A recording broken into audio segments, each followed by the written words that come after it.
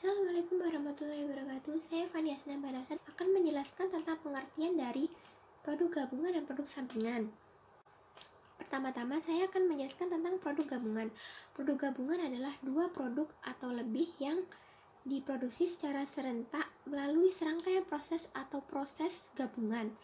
Produk yang dihasilkan adalah produk utama atau main produk dan produk sampingan atau byproduct. Contohnya, perusahaan minyak mentah yang mengolah minyak mentah menjadi bensin, kerosin, gas, dan lain-lain. Yang kedua, saya akan menjelaskan tentang produk sampingan. Produk sampingan yaitu suatu produk yang dihasilkan oleh perusahaan dengan nilai total atau nilai jual yang relatif lebih rendah. Contohnya adalah perusahaan beras yang memproduksi dedak sebagai produk sampingan. Selanjutnya akan dijelaskan oleh teman saya. Karakteristik produk bersama. 1. Produk bersama merupakan tujuan utama kegiatan produksi. 2. Harga jual produk bersama relatif tinggi bila dibandingkan dengan produk sampingan yang dihasilkan pada saat yang sama. 3. Dalam mengelola produk bersama tertentu, produsen tidak dapat menghindarkan diri untuk menghasilkan semua jenis produk bersama. Jika ia ingin memproduksi hanya salah satu di antara produk bersama tersebut, dalam perusahaan daging kalengan misalnya, setiap kali penyembelihan sapi akan memperoleh daging, kulit, dan lemak. Karakteristik produk sampingan. 1. Produk sampingan yang dapat dijual setelah terpisah dari produk utama tanpa memerlukan pengelolaan lebih lanjut. 2. Produk sampingan yang memerlukan proses pengelolaan lebih lanjut setelah terpisah dari produk utama. Di sini saya akan menjelaskan mengenai akuntansi produk gabungan. Setelah tadi dijelaskan oleh rekan saya, baik definisi maupun karakteristiknya, di sini akan lebih detail mengenai akuntansi produk gabungan. Apabila perusahaan memproses produk bersama dan menghasilkan produk utama ataupun produk sampingan, maka manajemen perusahaan pastinya ingin mengetahui berapa besar kontribusi masing-masing produk yang dihasilkan terhadap pendapatan yang diterima oleh perusahaan. Oleh karena itu, di sini akan dibahas mengenai pengalokasian biaya bersama kepada masing-masing produk.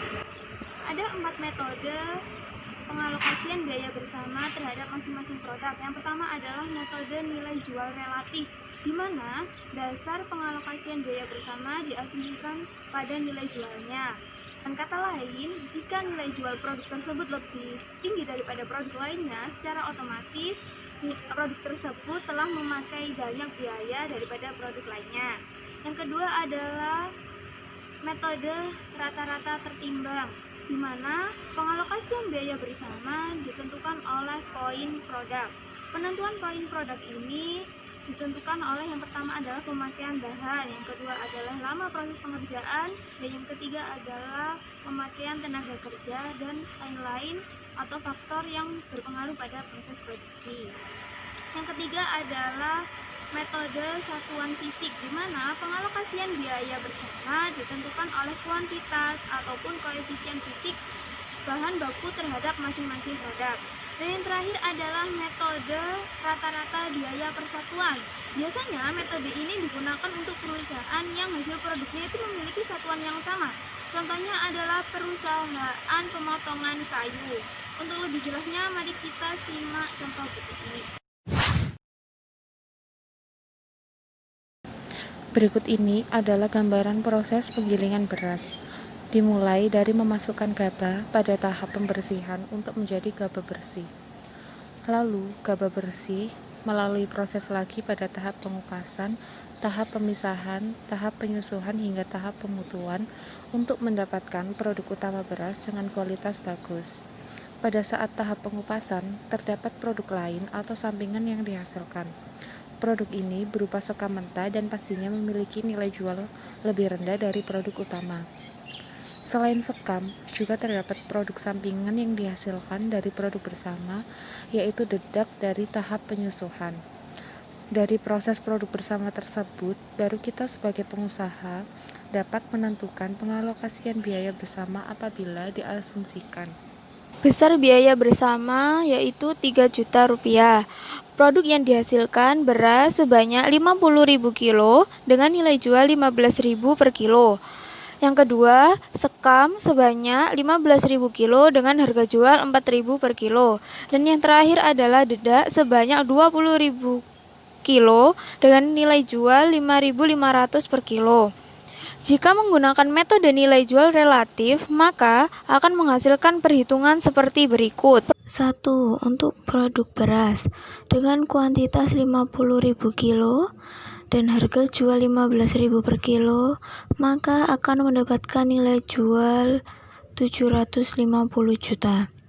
Untuk nilai jual relatif dengan rumus E sama dengan D per 920 juta dikali 100%, maka akan mendapatkan persentase 82%.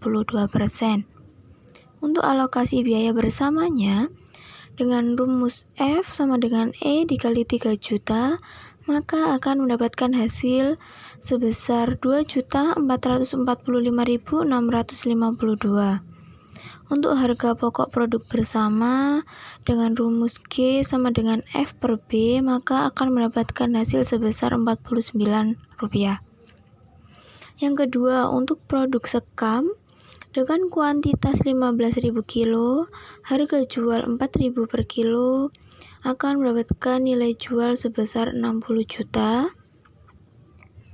Untuk nilai jual relatifnya dengan rumus E sama dengan D per 920 juta dikali 100%, maka akan mendapatkan persentase 7%.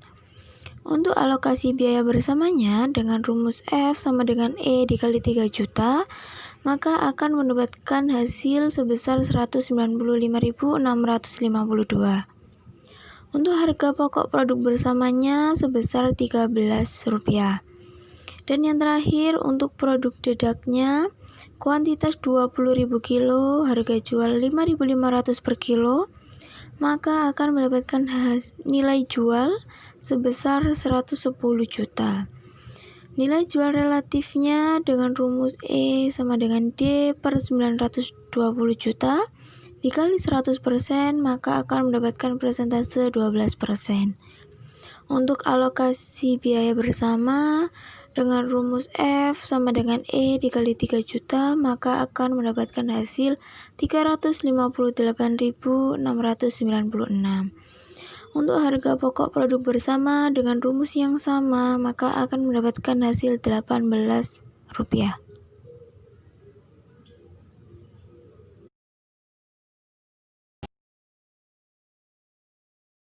Berikut ini merupakan proses pengolahan minyak mentah untuk menjadi berbagai produk. Melalui proses pematangan dengan perbedaan suhunya, maka akan menghasilkan produk seperti pada gambar, dari gas, nafta, bensin, minyak tanah, dan lain-lain. Jika produk utama dari proses pengolahan minyak mentah adalah gas, maka nafta, bensin, minyak tanah adalah produk sampingan.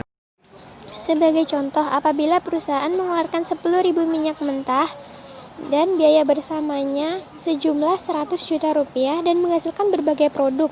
Yang pertama adalah 1. Bensin menghasilkan 1.400 barel dengan harga jual 2 juta per barel. Yang kedua, diesel menghasilkan 2.600 dengan harga jual 4 juta. Yang ketiga adalah gas menghasilkan 5.000 dengan harga jual 8 juta. Yang keempat, kerosin menghasilkan 1.000 dengan harga jual 6.500.000. Menggunakan metode satuan fisik, maka akan menghasilkan perhitungan sebagai berikut. Produk bensin, kuantitas 1.400 barel dengan persentase rumusnya C sama dengan B per total kuantitas dikali 100%, maka akan mendapatkan hasil 14%. Untuk alokasi harga pokok produk per barel dengan rumus D sama dengan C dikali 15 juta, maka akan mendapatkan hasil 2.100.000. Yang kedua, produk diesel.